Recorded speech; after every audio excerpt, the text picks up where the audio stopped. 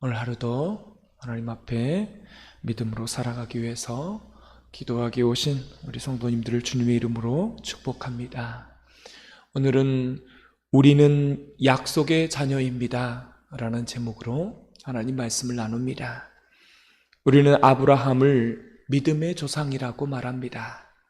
아브라함은 갈대아 우르에서 우상장사하는 사람이었습니다. 인간적으로 또는 신학적으로 보면 구원받을 만한 조건과 자격이 없는 사람이었습니다. 근데 어느 날 하나님께서 갑자기 아브라함을 찾아가십니다. 그리고 너의 고향 본토 친척 아비집을 떠나 내가 너에게 약속한 땅으로 가라고 말씀하십니다. 그리고 너에게 수많은 열방의 자녀를 허락할 것이다 약속해 주십니다. 열방의 아비가 될 것이다 약속해 주십니다. 그리고 하늘의 해와 바다의 모래 같은 많은 자녀를 줄 것이다.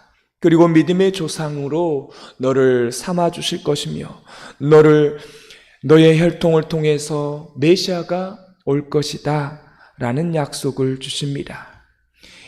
이 약속을 받을 때가 바로 75세였습니다. 인간적으로 볼 때 자녀를 낳을 수 있는 그런 능력이 떨어진 때 약속을 받은 것입니다. 사실은 약속이라는 건 그래요. 하나님께서 우리에게 약속을 주시잖아요. 그러면 그 약속은 거치는 과정이 있습니다. 그 다음은 항상 뭐냐면 기다려야 합니다. 약속을 주시고 왜 하나님은 바로 주시지 않고 기다리라고 말했을까요? 두 가지 의미가 있습니다. 그 약속이 실현되기에 합당한 때가 있습니다. 우리는 그렇죠. 빨리 이루어지기를 원합니다. 그러나 하나님은 나보다 나를 더 잘 아시는 분이셔요. 그래서 우리가 언제 그것이 이루어져야 가장 우리에게 유익이 되는지를 아십니다. 또 한 가지 이유가 있습니다. 그것은 기다려야 믿음이 생기기 때문에 그렇습니다.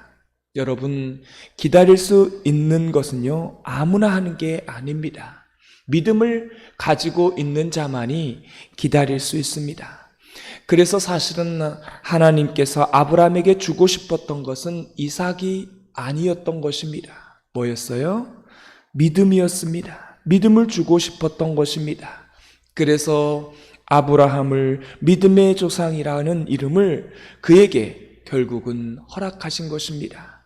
이 아브라함은 75세 때 약속을 받고 기다렸는데 시간이 지나면 지날수록 그 아들 하나를 얻지 못하는 겁니다.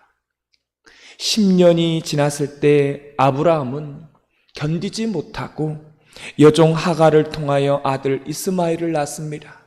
근데 중요한 것은 이 하갈 여종을 통해서 이스마엘을 낳은 것은 하나님이 원하지 아니했던 것입니다. 하나님께서 약속하신 것은 너의 지금의 아내 사라를 통해서 주실 이삭을 약속했던 것입니다. 그런데 아브라함은 기다릴 수가 없었어요. 거기에 믿음이 사용되지 않았던 것입니다. 믿음이 없었던 것이죠. 믿음이 없는 자는 기다리지 않습니다. 결국 여종 하갈을 통해서 이스마엘을 낳고 한 10년이 지났을 때입니다. 그때도 또 이루어지지 않고 15년이 지납니다. 또 그러면 몇 년이 지났습니까? 25년이 지난 것입니다. 그때가 몇 살이었어요? 100살이었습니다. 인간적으로 성경은 말합니다. 경수가 끊어졌다라고 하는 것입니다. 인간적으로 뭐예요? 아이를 낳을 수 있어요? 없습니다. 없을 그때에 하나님께서 누구를 주십니까? 이삭을 주십니다. 왜 그럼 그때 주셨을까요? 그때 주셔야 이게 하나님이 주셨구나 라고 하는 것을 아는 것입니다. 참 묘하죠? 만약 그 전에 주었다면 어떻게 생각을 했을까요? 이건 내 능력으로 낳은 것이다 라고 했을 것입니다. 그런데요, 하나님은 25년을 기다리게 하십니다. 여러분, 25년을 기다릴 때 누가 힘들었을까요?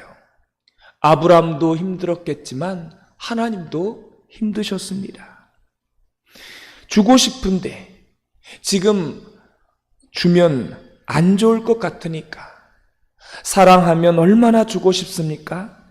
그런데 그 적합한 때에 믿음을 다 가지게 하시려고, 그때 주시려고 하나님께서요, 어떻게 해요? 기다리신 것입니다. 주고 싶은데 지금 주면 안 되니까 계속 기다린 거예요.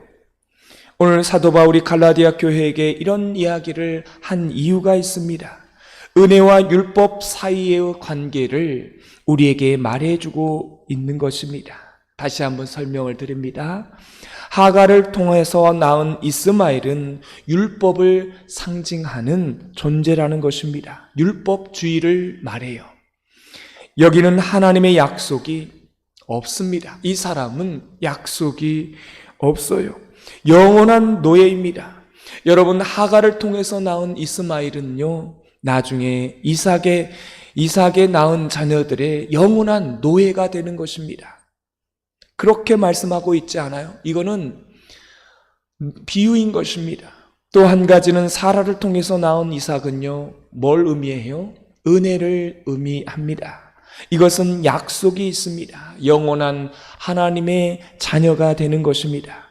그런데 성경을 보면요, 여러분, 이스마엘은 인간적으로 볼 때 굉장히 매력이 있는 사람이에요. 사실은 그래서 성경이 우리에게 말해주고 싶었던 것은 이 인간성, 도덕성, 사회성, 이런 것에 사실은 성경은 관심이 없습니다. 오히려 하나님께서 관심을 가진 것은 뭐였습니까? 사라를 통해서 낳았던 이삭에게 하나님의 약속이 있을 것이고 거기에 관심이 있는 것입니다. 이걸 우리는 무엇이라고 표현할 수 있습니까? 이걸 은혜라고밖에 표현할 수가 없는 것입니다. 여러분, 성경은 약속이 있는 이 야곱과 약속이 없었던 에서는요, 같은 쌍둥이입니다. 이 두 사람이 약속을 받은 시점이 중요합니다. 큰 자가 작은 자를 섬겨야 된다는 이 말을 다시 말하면, 장자였던 에서가 동생인 야곱을 섬기게 될 것이다. 여러분, 이 약속을 언제 받았습니까? 어디에서 받았어요? 태중에서, 복중에서 받은 것입니다. 태어나서 무엇인가를 해보고 나서 살아보고 그 결과에 따라 주신 게 아니었다는 것입니다. 복중에서 아무것도 할 수 없을 때, 그때 하나님께서 약속을 주신 것입니다. 너는 메시아의 혈통이 될 것이다. 야곱에게 주시고, 에서에게는 너는 그 큰 자인 메시아 혈통으로 나타날 그 동생 야곱을 섬기게 될 것이다. 로마서는 말씀하고 있습니다. 나는 에서는 미워하였고 야곱은 사랑하였노라고 말하고 있어요. 근데 성경을 보십시오. 인간적으로, 도덕적으로 보면 에서가 훨씬 낫습니다.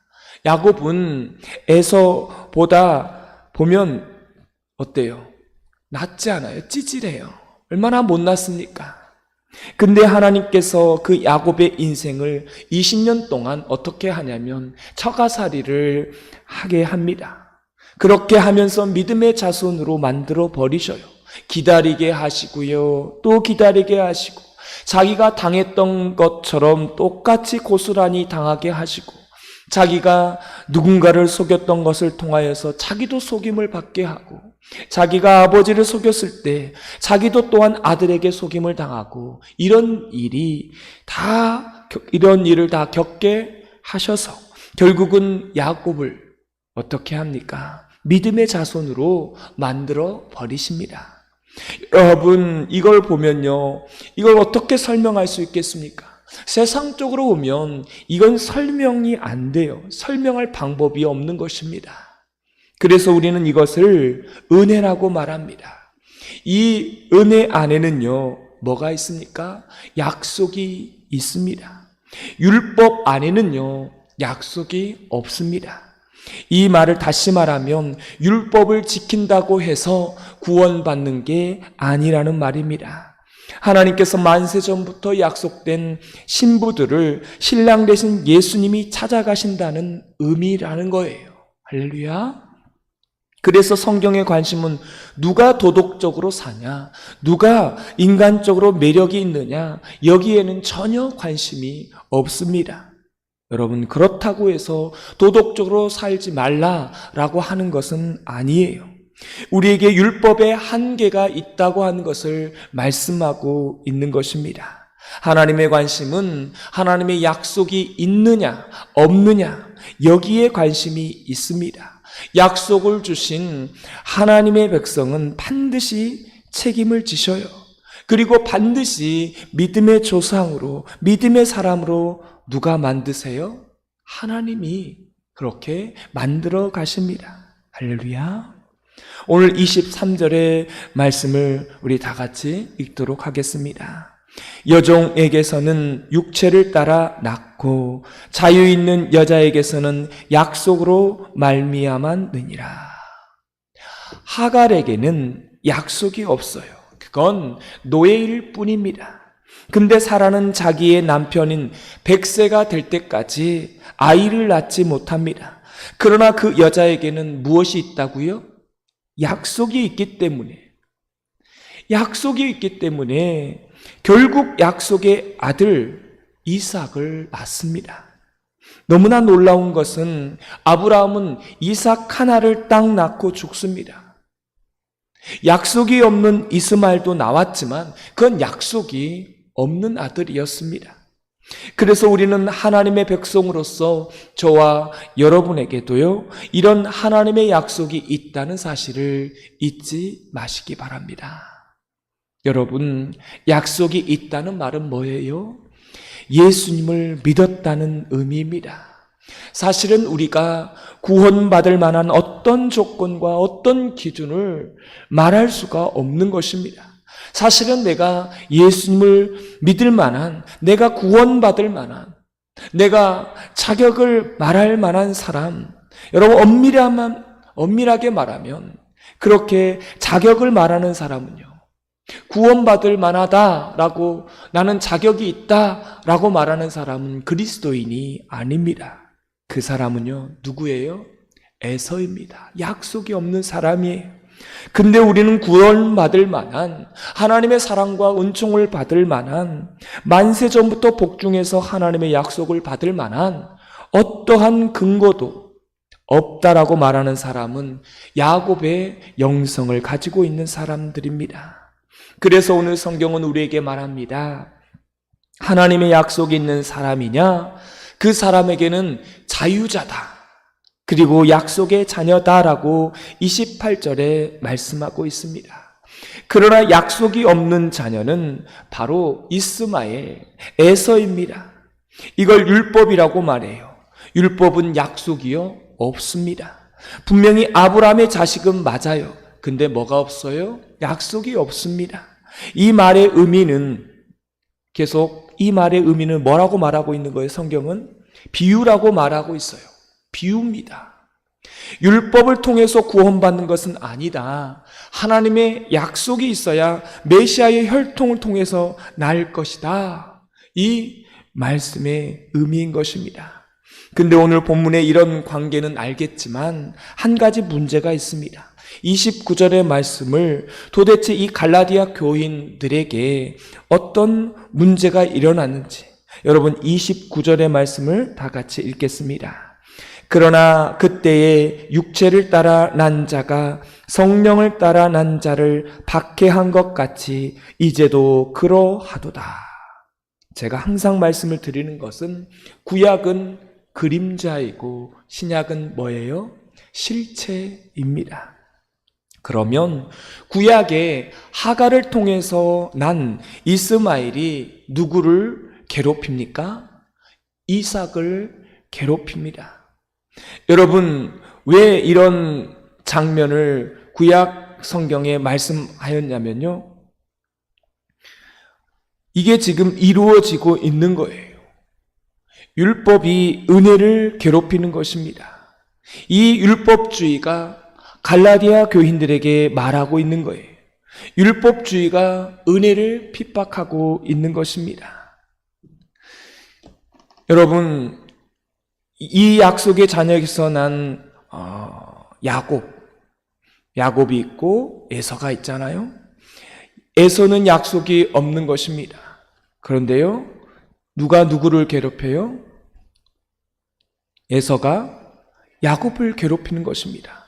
여러분, 왜 이런 장면을 구약 성경에 말씀하셨냐면 지금 이루어지고 있는 거예요. 율법이 은혜를 괴롭히는 것입니다. 이 율법주의가 갈라디아 교인들에게 말하고 있는 거예요. 율법주의가 은혜를 핍박하고 있습니다. 여러분, 현대교회 안에 2000년 동안 가장 큰 문제가 이거였던 것입니다. 교회 안에 율법주의가 들어와서 그 율법주의가 은혜를 탄압하는 것입니다.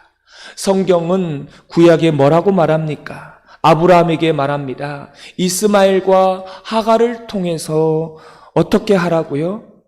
그들을 어떻게 하라고 했습니까? 내쫓으라고 그랬습니다. 저는 이 성경이 처음엔 잘 이해가 안 됐는데 신약에 보니까, 오늘 말씀에 보니까 이해가 되는 거예요. 왜 이스마엘과 하갈을 내쫓으라고 했는지 오늘 성경은 그걸 또 말하고 있는 것입니다. 이 갈라디아 교인들에게 이 율법주의가 은혜를 탄압하는 거, 내쫓으라는 겁니다. 여러분, 약속이 없으니까 어떻게 하라고요? 내쫓으라는 겁니다. 오늘 이걸 비유를 통해서 우리에게 말씀하고 있는 것입니다. 사랑하는 성도 여러분, 은혜라는 것이 무엇입니까? 자격 없는 자에게 주시는 하나님의 호의가 은혜예요. 이 사람에게는 특징이 있습니다. 항상 뭐라고 말하냐면 감사하다 그래요. 하나님, 자격 없는 자에게 주시는 웬 은혜입니까? 감사합니다. 야곱의 영성이 그렇다는 것입니다. 좀 모자라요. 좀 찌질해요. 그러나 안심하십시오. 그 야곱을 어떻게 하나님이 하십니까? 만들어 가시는 것입니다. 무엇으로요? 이스라엘로. 야곱의 이름이 하나님과 겨루어 이겼다고 하는 이스라엘로 바꿔내지 않습니까? 결국은 누가 만들어내는 거예요? 하나님께서. 왜 그렇습니까? 거기에는 무엇이 있어요? 약속이 있으니까. 하나님은 약속을 반드시 지키시는 분이십니다. 이게 하나님의 백성들에게 주시는 놀라운 은총이라는 것입니다. 그래서 이 약속의 자녀에게 나타나는 몇 가지 특징이 있어요. 항상 감사하는 것입니다. 혹시 여러분 살다가 감사가 없으면 여러분은 점점 더 에서의 영성으로, 이 약속이 없는 백성의 삶으로 점점 여러분의 인생의 방향길을 들어선 것입니다. 말씀교회를 만나게 하신 것도 감사, 이런 아내와 남편을 만나게 하신 것도 감사, 나에게 매 순간마다 이런 순간을 허락하신 것도 감사. 이랬다면 여러분은 약속의 자녀의 길을 걸어가고 계시는 것입니다. 또 한 가지, 우리가 항상 살아가면서 자유함이 있어야 합니다. 항상 복음 안에는요, 자유가 있어요. 이건 방종과 다릅니다. 이렇게 테두리 안에 주시는 이 자유라는 건 뭐냐면 누가 하나님이 두려워서가 그렇게 하는 게 아니라는 것입니다. 내가 이 새벽 기도 안 하면 오늘 두들겨 맞을 것 같다. 이건 노예인 것입니다. 여러분, 새벽 기도를 왜 합니까? 하나님이 이미 나에게 베풀어 주신 은혜에 감사하는 그 반응으로 하는 것입니다. 내가 무언가를 얻기 위해서, 내가 원하는 것을 얻어내기 위해서 하는 건, 그건요, 노예인 것입니다. 하나님의 자녀로서 내가 이 새벽에, 오늘 이 하루 첫 시간 주님과 만나고 그 하나님의 은혜 가운데 그 자리를 지켜내는 것, 그것이 뭐예요? 자유인이라는 것입니다. 말씀을 맺습니다. 구약과 신약은 다른 이야기를 하는 게 아닙니다. 이제 여러분의 심령 속에 율법주의를 내쫓으십시오. 우리의 삶 속에 약속이 없는 율법주의, 그 율법주의와요, 사실은 약속이 있는 은혜와 항상 같이 있는 거예요. 내 안에 선과 악이 항상 있는 것처럼 내 안에 은혜와 율법이 항상 있습니다. 오늘 살아가시면서 이 율법주의를 내쫓으십시오. 하나님, 제가 하나님의 은혜로 구원받은 사람입니다. 제가 오늘 무엇인가를 하는 것은 무엇인가를 얻어내기 위해서 하는 것이 아니라 내가 하나님의 자녀가 되었기 때문에 하는 것입니다. 하나님, 오늘도 감사합니다. 그리고 저는 자유합니다. 두려워서 하는 게 아니라 당신을 사랑하기 때문에 하는 것입니다. 이렇게 여러분 안에 율법주의를 내쫓으라 라고 하는 이 말씀처럼 약속 없는 자녀를 내쫓으라고 하는 이 말씀이요, 이 내용이 오늘 저와 여러분 안에 이루어지게 되기를 소망합니다. 기도하겠습니다. 하나님, 우리가 약속의 자녀임을 믿습니다. 약속의 자녀답게 내 안에 있는 율법주의를 내쫓게 하여 주시고 에서의 영성이 아닌 야곱의 영성으로 살게 하여 주옵소서. 야곱처럼 우리는 찌질하고 부족하고 연약하지만 결국은 우리는 약속의 자녀이기에 야곱을 이스라엘로 바꾸어 가시는 것처럼 우리도 이스라엘로 만들어 가시는 그 하나님 믿으며 오늘 또 약속의 자녀답게 살아가게 하여 주옵소서. 이스라엘로 변화시켜 주셔서 날마다 감사와 자유함으로 살아가는 복된 하루가 되게 하여 주옵소서. 예수님의 이름으로 기도드리옵나이다. 아멘.